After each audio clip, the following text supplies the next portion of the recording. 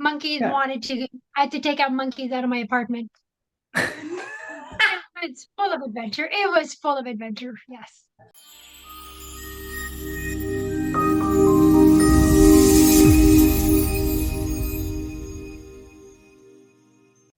Welcome to Speak Inspire TV. Today I'm talking with Sarah Gilbert. Welcome, Sarah. Welcome. Thank you very much. And thank you for the invitation. So great to be talking with you today. I'm really excited to hear more about psycholinguistics.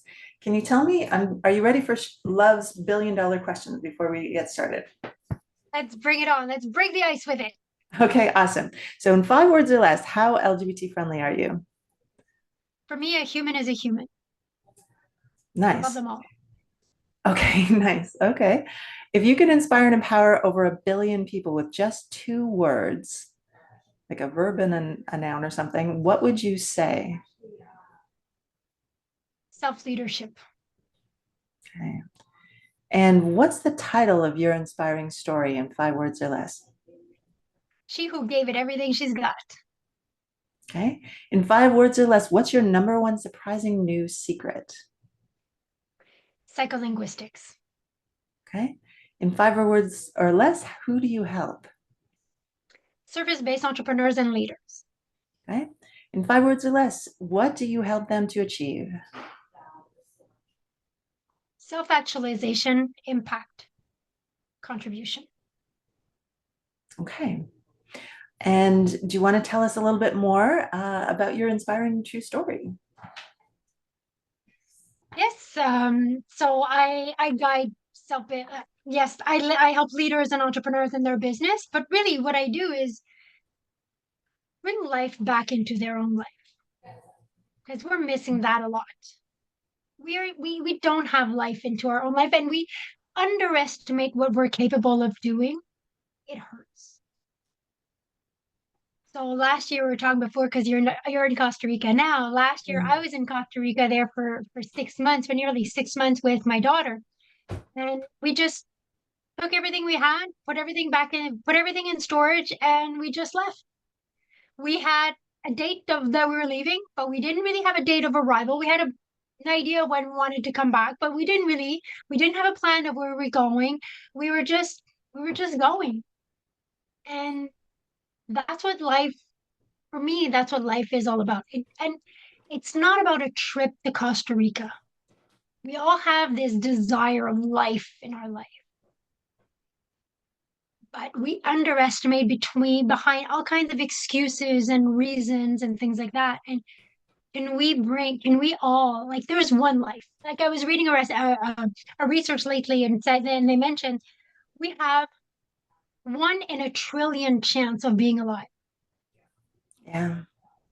and we are wasting it on emails, worries, things that on our deathbed won't matter. Yeah. So I want us to bring that back. And as entrepreneurs and as leaders, we have a ripple effect, which is also a responsibility to do it. So we can model the way for others. Yeah. I think that is so cool that you went to Costa Rica as well. I've been here in the Caribbean for over 6 months. I've been here for about a year. And I've had people say, oh, that's so brave, And when I thought about it, I went, actually, that's really true. There was a lot of things here that happened here I was completely not expecting. Just so many things. What was it that inspired you to come to Costa Rica and what inspired you to leave? Well, I've always wanted to live abroad. That's since forever, since I'm a child, I've always wanted to live abroad. And I was at a point where my life, I was like, my kids are getting older, and I was like, well, maybe not. Maybe they're gone. Maybe the ones they're gone, maybe never. Mm, maybe never, So, right? so many of the things that we like to do end up being maybe never because of all the stories that we layer on that. And yes, you have to be brave to go to Costa Rica, but we get to pick, right? So we have thousands and thousands of thoughts every day, but I can only have one thought at a time. And with that thought, either I'm feeding the fear or I'm feeding the desire. Yeah. You fed the desire. I fed the desire. That was it. And the more you feed the desire, the more that's what happens. But by default, we feed the fear. So that's where we get stuck, is in Yeah. feeding the fear. Like, oh, you're brave. But the rest of the sentence was, but I can't do that. Mm. Yeah, this was Atika who was telling me that she's like Costa Rican, but I guess the idea of going to a new country, especially as a woman traveling alone, or I can only imagine traveling with a child, Mhm. that's it is a big risk or a big adventure, depending on which way you look at it, right? So Well, yeah, you said it perfectly. It depends which way we look at it. yeah. Like I can feed the fear or I can feed the desire. What And was it? whenever we come with sharing stories like that, but like people are like, oh yeah, but for me I can't, right? So the first mechanism, the protection mechanism that we have is separation. That wouldn't work for me. I wouldn't be able to do that. And then we have a whole bunch of reasons that actually justifies that. But I didn't start there. I started by not having meetings before 10 a.m. Started by not having meetings after 4 p.m. Started by having meetings on Tuesdays and Thursdays only. Started That is how you feed the desire. And then you end up in Costa Rica or whatever. Like we all have the equivalent of that Costa Rica trip. We all have that within us. It can be Mm, a trip, the it can dream, be a whatever the business. dream is. We all have a dream, Hmm. but we've buried it so deep that often we forget that it's there. Oh yeah, it took me over 20 years from the first time I was in Costa Rica to the second time, and I Mhm. finally realized I was terrified. I was actually terrified, even though I had learned Spanish the first time, even though I had adapted to the culture so well that a culture shock coming back. I was living in Mhm. the family and things. It was a co-ops and community development program when I was really young, when I first came here. And then I realized, yeah, it was terrifying. It wasn't until I hit my first 13K day that I went, I have $13,000 worth of sales in my business in one day. And I went, oh, now I have the freedom to come back to Costa Rica. And it opened up the door. It opened up the door for me. But I And in think reality, if before we that, could look the back, terror was maybe huge. you didn't even need a 13K day to be able to do it. But that was a Yeah. story. Yeah. Yeah. It's been wild. What was your favorite moment in Costa Rica or in the adventure, the whole process of the adventure for you? Oh, well, there's two. First, at one point, so I'm in Costa Rica with my daughter, and at one point, my computer crashes, like the operating system crashes. Oh yeah. And You were that in the my jungle business, too, right? And it's yes, very I was in the jungle, Mhm. and my computer, the operating system crashed. The computer doesn't turn on anymore, and we got to understand that that's how I earn a living, right? Yeah. And if I don't have a computer, I don't have much of a living. And it's I on had a the same Sunday, thing happen. and I was just so calm about it. Mm. And I was like, you know what? Tomorrow I'll drive into town and I'll see what can be done. Push comes to shove, I'll just buy another computer. Like, who do I want to feed? And Mm. my daughter looked at me and she's like, wow. She goes, Mom, in the past you would have freaked out on this. She said what? In the past you would have freaked out Mm. Hmm. on something like this, which she is 125% right. So that's when you know that you've become someone else or Mm. that you've returned to yourself. I'm not sure which side this goes on, but that's where you know that your mindset is, first of all, our mindset is absolutely everything. And that's when you know that you lead yourself. Yes, high five for that. Woohoo. Yes. Love that. Yes. So Wow. yeah. I got tingles down my spine. I felt that. I had something similar happen, and I ended up doing some research because um, the problem in the jungle is the humidity is so high. So I ended up actually inventing a box couldn't find one. I went to buy something that would dehumidify my computer, couldn't find one, so I invented one. I Mm, invented a dehumidifying box for my computer, and that's where I keep it every night. mm. And I should probably put all of my electronics in there. And sometimes I put my cell phone and my computer in there, and it's been fine ever since. It's like it woke up again. It came back to life. It was the dead computer revived. And it's also like 40 degrees Celsius. So, like sometimes Yeah, they overheat. right. Yes. Yeah, the combo is intense. Yeah. Yeah. But that's where you understand because like our invisible is what makes our visible life. Mm. So our invisible is what's going on that's not see that we don't see it. That's actually also in our blind spot because we don't have self-awareness. So Mhm. self-leadership is all about self-awareness and self-honesty. Yeah. And then like who am I? Why am I reacting this way? Why is when this person says this, why like it triggers me, it bothers me? What's being honest about that? And then self-leadership is can I pull myself through it? Can I transcend that? Yeah. And that's when we embody the leader that we want to embody. Yeah. So you said there were two stories. What was the other one? Well, the second one is actually it's on the Caribbean. It's not on the Caribbean side. On the other side, one day, because I was working all day and my daughter was at school online as well. And at the end of the day, maybe like mid afternoon, we're like, all right, we're done.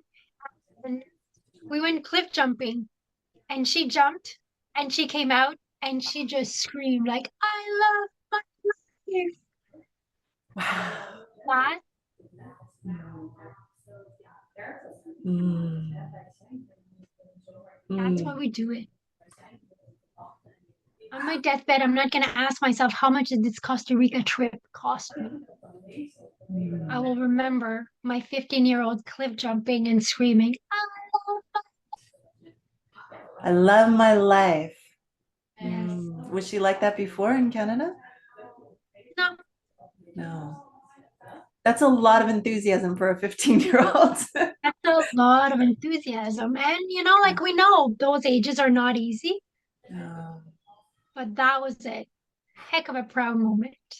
It's so not an easy age, and I've been working with teens who have been struggling. Like I had a couple of teens who were around, should I say the age? I think I can say the age without outing them at this point. They were 18 when they came to me, and they were struggling not just with the regular Canadian winter blahs, not just with the regular Canadian teenager thing. They were being badly abused and Mm. homophobically abused. And they were a couple, and they had met when they were quite young. And they escaped basically, I think I can say this now. Let me think. A cult. They escaped a really bad homophobic cult, and they within 2 weeks they managed to find me, and I had a two-bedroom apartment with two-bedroom, two bathrooms, and I had thought I'm going to start really small with this idea of kind pride communities, just like a really small space, and see what happens. Mm. And they showed up, and they had been rejected by their entire community for being part of the LGBT community, and one of them had attempted suicide multiple times before escaping. They had escaped within, like, they did their research, like good for them. They escaped, and they knew that as soon as they both turned 18 they would be free to leave. So they waited till they both turned 18 and boom, got out of there, found me. And then, so I gave them free mentoring and affordable housing for about a year and a half. And then they said, you definitely saved our lives. The suicide attempts stopped. I'll never forget the look. One of them was the, a tough teenager kind of, and I'll never forget the look on their face when I um, wrote them a note at Christmas and said, if you were my kids, I would be so proud of you.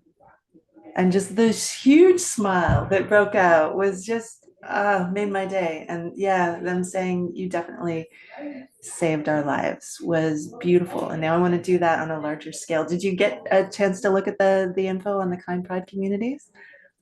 Not yet. I was out of Mm. town on different adventures. So Okay. So the dream is to create spaces like that on a much larger scale. I would like to have kind pride communities with maybe a dozen or more people in each one all around the world. I'd like to have over 100 of them all around the world, and each one led by a kind pride mentor, so that there's somebody there who's teaching the skills of kind connection, so that mhm. everybody's got something in common. They've got skills that are shared. It's not just some random hippie commune where everyone ends up Yeah, in conflict and yeah, it falls apart, which is, the typical story, right? Like, conflict happens, people think, oh, we all have the same values, we'll get along, we're all nice people, it'll be fine. No, and then stuff comes up to heal. and And conflict yes, and we happens. have different patterns and Yeah, beliefs and yeah, stories, and yes, it's. yeah, yeah, But again, like add in self-awareness, add in self-honesty, and add in self-leadership. We have a different world. yeah. Yeah, we have different lives and we have a different world and we have Yeah. different communities and different families. So And like, yeah, I would love to prevent that kind of, well, I think as it spreads, that will also prevent that kind of abuse in the first place. yeah. And in the meantime, we need safe spaces where people can be themselves, be safe, be loved, and belong. There's also a Yeah. lot of people in the seniors community, LGBT community, who are being forced back into the closet the moment, just because they need care. Maybe they need a bit of help with, getting dressed or Yeah. basic needs, and they are being forced back into the closet. So there are huge opportunities there for anyone who wants to run retreats or who wants to run actual kind pride communities, year-round places where people can live, be themselves, and belong. What do you think of the idea? Well, I think the world in its totality needs more compassion. But I can't give compassion if I don't have compassion. Yeah. I What was can't the give what I don't have. If I don't have compassion for myself, how can I have compassion for somebody else? I can't. what was And the I know I'm biggest going to course come in back your to, life that helped you to learn compassion for yourself?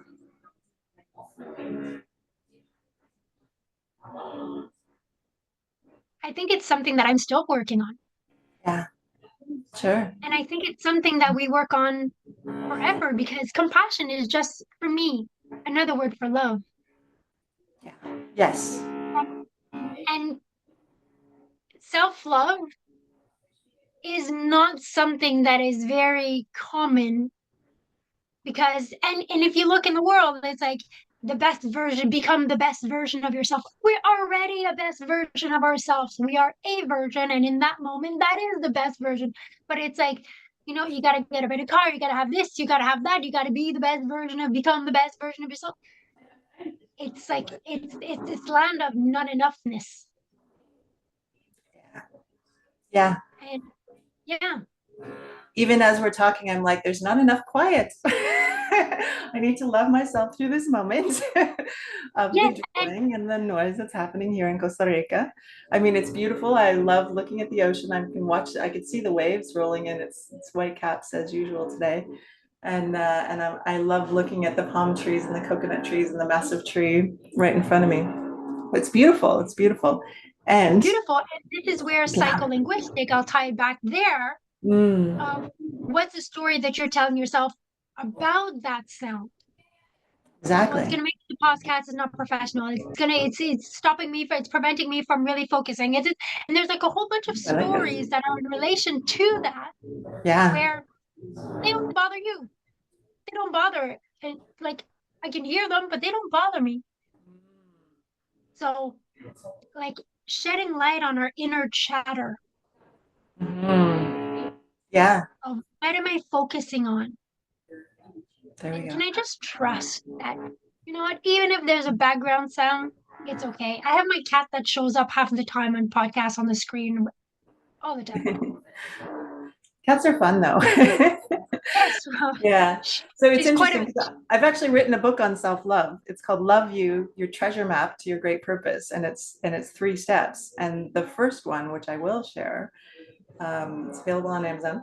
And the first one, which I will share, is there's 3 steps. And so I think of it like it's almost like a lot of us are on the psychological version of the Titanic a lot of the time, right? Mm, We haven't unlearned that old system of thinking, that old school thinking, where there's first class, second class, third class, and then the people who got locked in the basement, right? mhm, And we haven't, that's still in our psyches. And sometimes we put ourselves in the lower classes. And I think that that old thinking is still embedded. And so the way to get out of that is to go from the Titanic to what I call Paradise Beach, where you can have mm. paradise miracles. And once you change that mindset, like you managed to do with being in Costa Rica, yeah, pura vida, pure life. Like it's the most common saying here for everything. Have you seen the t-shirt? It says Spanish in Costa Rica. Hi, pura vida. How are you? Pura vida. Pura vida. Yeah, everything is It's pura great. vida. Pura Yes. vida. Awesome. Pura vida. And at the same time, Yes, there's a pura whole bunch vida. of people who are in Costa Rica Mhm. who are still miserable, Yes. who still find, even if they're not miserable, who still find ways to complain. Oh, it's too hot, it's too humid, it's too Mhm. slow, it's too this, it's not enough of that. And Mhm. that's what you get. Yeah, yeah, you can be in paradise, but it doesn't mean that paradise is within you. So when we shift that mindset, it doesn't matter where you are, you can shift the mindset, then that's when the miracles start to happen. So Yes. yeah, so the first one I say is relax deeply into your body. That's the first step. And that's kind of like where you open up the door to the subconscious mind. Like I have this whole metaphor where you're actually on a treasure hunt, the treasure map. So Yeah. the first thing is you need to open up the door, and the mountain is where the treasure is. And then there's a dragon. So then there's other parts to it, but the mountain and the treasure, when you open up, when you relax deeply, that's when you can access the subconscious mind. So I love playing with that metaphor. What do you think? Well, and it is because our biggest memory is our body memory. Yeah. So, and we live in an era where everyone's nervous system are jacked up. Everyone's busy being busy. And what happens Mm. is that the nervous system, what its job is to send signals to the brain of saying, no, this is unfamiliar. This is you're supposed to be like this. You're supposed to be stressed. So even if you're relaxing, if your nervous system, what's in your body memory is that things are bad, it's negative, you're supposed to be stressed, and those are the emotions that you live in. No matter where you are, that's what's going to happen. So understanding that our nervous system guides our brain and our they're just there to keep us alive. And to keep us alive is only means in their comfort zone, in what they know. So if what I know is that I'm third class, if what I know is that we're supposed to be busy, if what I know is people who have money are crooks, if what I know is that, no matter what strategy, what coach, what program, book, whatever, it's not going to work because that's just icing on the cupcake. So yes, Yeah. reconnecting with our body through breath.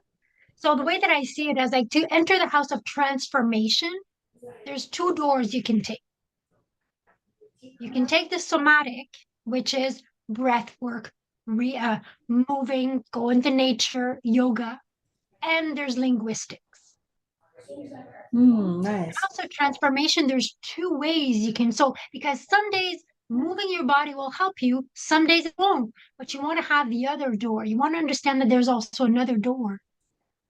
So, if you're looking for transformation in your life, there's 2 doors to get in. You get to pick Nice. every day and every time of the day. Yeah, yeah. I love that. I love that. 2 doors into the mountain, not just Yeah. one. Yeah, yeah. Well, actually, I often will guide meditations and use words to help people relax. So you can combine those two. Sometimes maybe there's like a double door in some cases, right? Into the Yes, mountain where the treasure is. Yeah. absolutely. But we Yeah. understand that words crystallize emotions. Mhm. Then we transfer them into stories, which becomes belief, which influence our behavior, which is the result of our reality. Yeah. Yeah. So it's like, what are the stories that I keep on telling myself? Yeah. I'm not enough. I'm not safe. I don't matter. Mm, those are common ones. Yeah, those are the biggest common beliefs. So Not I enough, put not safe, stories. not and not mattering. Ooh, I love that. Yeah, that just brings it down to the top three distorted It. beliefs. That's what keeps the door stuck. Yeah. So Yeah. there, I put stories in three buckets. There's the story that I'm telling myself. There's the stories that are family stories or society stories. Like Yeah. all rich people are crooks, and if you do this, that, whatever, you know. So there's personal stories, it's family and society stories, and then there's universal stories. The Mm, I'm not enough, I'm not safe, I don't matter are mm, universal stories. yeah. We Mm, put layers on them. But when I understand that whatever telling story that I'm telling myself, oh no, I'm not going to do this social media post because it doesn't really matter. What I'm really saying is I don't matter. hmm. Or I'm not safe to do that. Yeah. So when I shed light on what's the real story, then I can transform.